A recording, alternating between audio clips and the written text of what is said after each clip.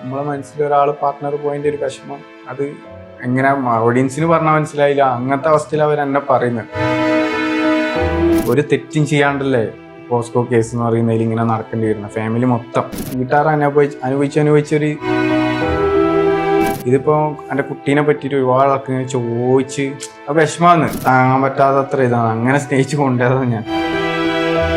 അപ്പോ അങ്ങനത്തെ ഒരാള് അങ്ങനെ എന്താ പറയാ, ഞാൻ എന്ത് ചെയ്തിട്ട് നമുക്ക് പിടുത്തം കിട്ടിയിട്ടില്ല.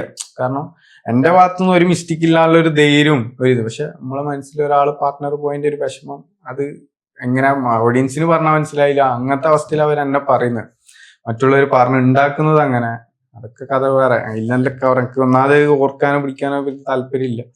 അതിൽ നല്ല റിക്കവറായി. പിന്നെ ഞാൻ പുതിയൊരു ലൈഫിലേക്ക് വന്ന് എല്ലാം മാക്സിമം, കാരണം അവർക്കില്ലാത്ത എന്നെ ഇങ്ങനെ വെറുതെ പറഞ്ഞുണ്ടാക്കുന്ന ഒരു കഥ കേട്ടിട്ടാകുമ്പോ നല്ല ഫീൽ ആയി. പറഞ്ഞാൽ നമ്മളെ മനസ്സിലാക്കുന്നവരങ്ങനെ പറയുമ്പോൾ നല്ല വിഷമമുണ്ട്. ആ ഒരു ഫീലിങ്സ് എല്ലാം കഴിഞ്ഞ് കടന്നു വന്ന് ഞാൻ എല്ലാം മറന്ന് പുതിയൊരു ലൈഫിലേക്ക് ഇങ്ങനെ പോകണം.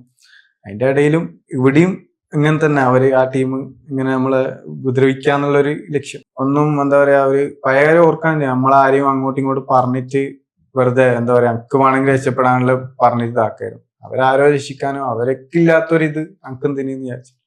പിന്നെ അങ്ങനെ മൈൻഡും നല്ല നല്ല ഓരോന്ന് പറഞ്ഞ് റെഡിയാക്കി. അതൊക്കെയാണ് സപ്പോർട്ട് ചെയ്യുന്ന ഇപ്പൊ സഫയാണ് അല്ലേ? എന്തിനാണ് ഇങ്ങനെ പിറകെ ഇങ്ങനെ ത്രെട്ടനിങ് ചെയ്ത് വരുന്നതെന്ന് ചിന്തിക്കാറുണ്ട്. കാരണം എവിടെ പോയാലും ബ്ലോക്ക് ചെയ്യാണ്. ഇപ്പം ആക്ടിങ് ആണെങ്കിലും നമുക്ക് അതാണ് വിഷമം വെച്ചിട്ടുണ്ടെങ്കിൽ വർക്ക് ചെയ്യുന്നിടത്തും ഇവരിങ്ങനെ ചെയ്യുന്നത് എന്താ പറയാ പല രീതിയിൽ നാട്ടിലും വീട്ടിലും ഇപ്പോഴും ഫോക്കസ് ചെയ്ത് വരുന്നുണ്ട്. എല്ലാ രീതിയിലും ഫോക്കസ് ചെയ്യുന്നുണ്ട്.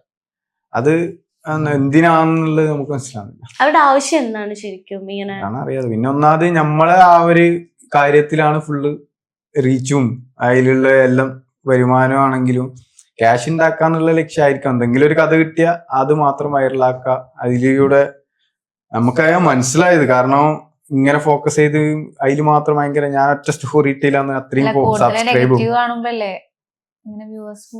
ഇപ്പോഴത്തെ കാലത്ത് അങ്ങനെയാണല്ലോ. എനിക്ക് തോന്നുന്നു എപ്പോഴും ഒരിക്കല് സഫ ഇതുപോലെ ഇട്ടിട്ടുണ്ടായിരുന്നു. നമ്മൾ സെപ്പറേറ്റ് ആയി നോ മോർ ക്വസ്റ്റ്യൻസ് എന്നുള്ളൊരു സാധനം ഇട്ടിട്ടുണ്ടായിരുന്നില്ലേ? അപ്പൊ അതെന്തുകൊണ്ടാണ് അങ്ങനെ അക്കൗണ്ടിൽ ഇടാൻ കാരണം? ഞാൻ ഇട്ടിട്ടില്ല. അങ്ങനെ ഒരു ഇത് വന്നിട്ടുണ്ട്. എന്റെ അക്കൗണ്ടിലല്ല ഇട്ടത്, അക്കൗണ്ടിലോ. എന്നോട് കുറെ ആൾക്കാർ അതിന്റെ ഒരു വീഡിയോ ഞാൻ പറഞ്ഞ് മനസ്സിലാക്കാം. എനിക്കൊന്നത് കുറച്ച് എന്താ പറയാ പെട്ടെന്നൊരു ഇംഗ്ലീഷിന്റെ അങ്ങനത്തെ ഞാൻ പറയാൻ ശ്രമിക്കും. പക്ഷെ ബഗീഡ് നമ്മൾ ചളിയാണ് വ്ളോഗ് ചെയ്യല് ഫുള്ള്. മുന്നൊക്കെ വേണമെങ്കിൽ ഞാൻ എന്തെല്ലോ പറഞ്ഞിങ്ങനെ ഇടും.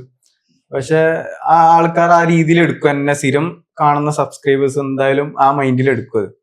ഇതിപ്പോ എന്റെ കുട്ടീനെ പറ്റിയിട്ട് ഒരുപാട് ആൾക്ക് ഇങ്ങനെ ചോദിച്ച് വിഷമാന്ന് ഒരേ ചോദിക്കുമ്പോ കുട്ടീന്റെ കൂടെ വീഡിയോ എടുക്ക്. ഇപ്പൊ മിനിയാന്റെ വീഡിയോയിൽ വരെ അതിന്റെ കമന്റ് റിപ്ലൈ ഉണ്ട്. കുട്ടീന്റെ കൂടെ സഫ എന്താ വീഡിയോ എടുക്കാത്തത്, എന്ത് ഇതായിക്കൂടെ. ഇപ്പൊ മിനിയാന്ന് എടുത്ത വീഡിയോസിൽ വരെ കമന്റ് ഉണ്ട്.